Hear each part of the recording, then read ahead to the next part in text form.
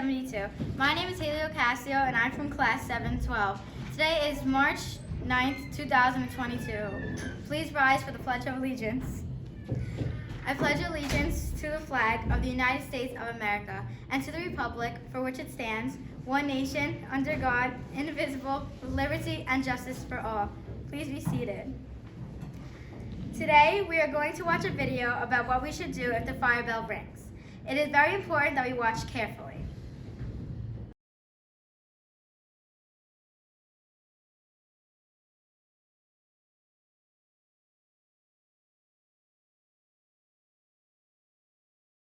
There are many reasons in which a school evacuation may be necessary.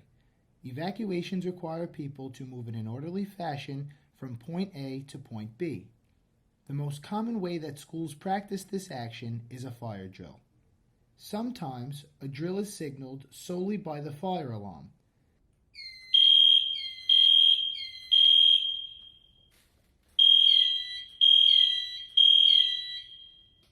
In some cases, specific directions will be announced over the PA system. In a few minutes, we will be conducting an outdoor fire drill. Please remember to follow normal procedure throughout the drill. Please keep in mind the seriousness of a fire drill and the importance of your full cooperation.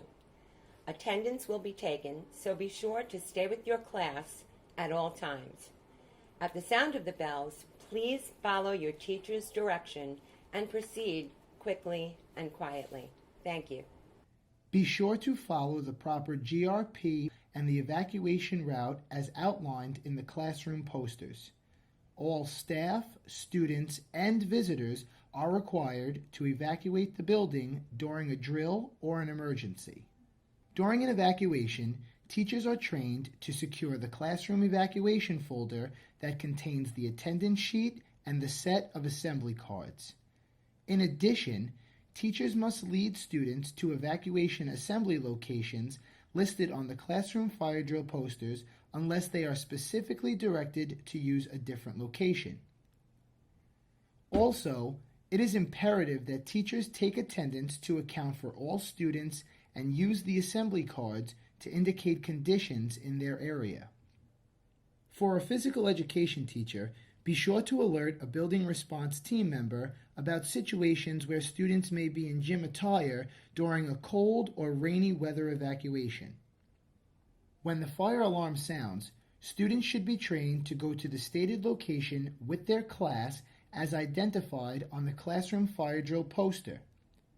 The students should be instructed to leave their belongings behind, form a single file line, and remain silent so that they are able to listen for additional evacuation instructions.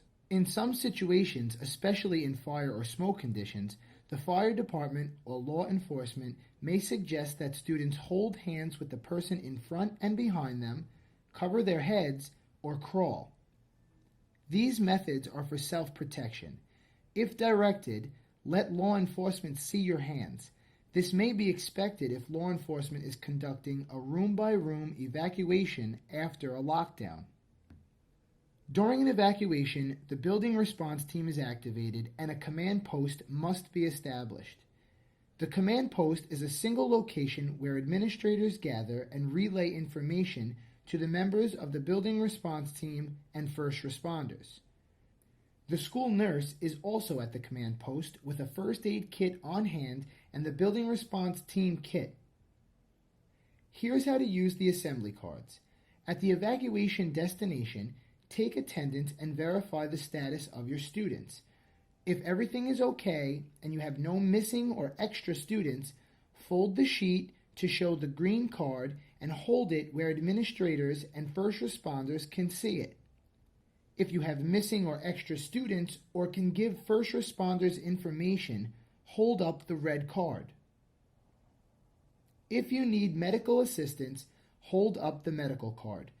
Remember, the school nurse is on the lookout for the medical card. During an emergency, staff must be prepared to assist individuals who speak languages other than English. Ispeak Cards are available to assist adults or students in an emergency. A successful evacuation drill will result in all staff and students returning to the building in a safe and orderly fashion.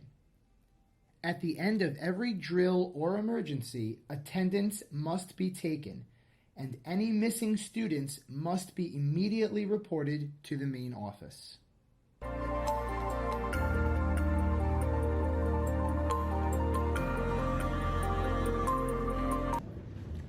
As you saw, when the fire bell rings, we need to exit the building silently and quickly.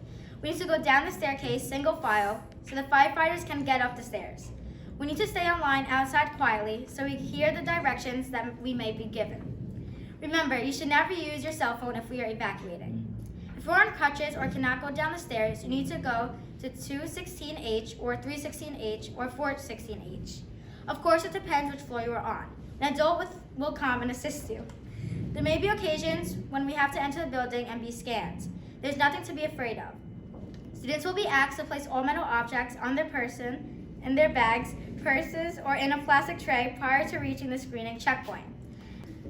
Everyone must walk through a magnetometer. The magnetometer resembles a doorway and is an apparatus designed to detect the presence of metal on a person. An alarm is generated when metal is detected on the person.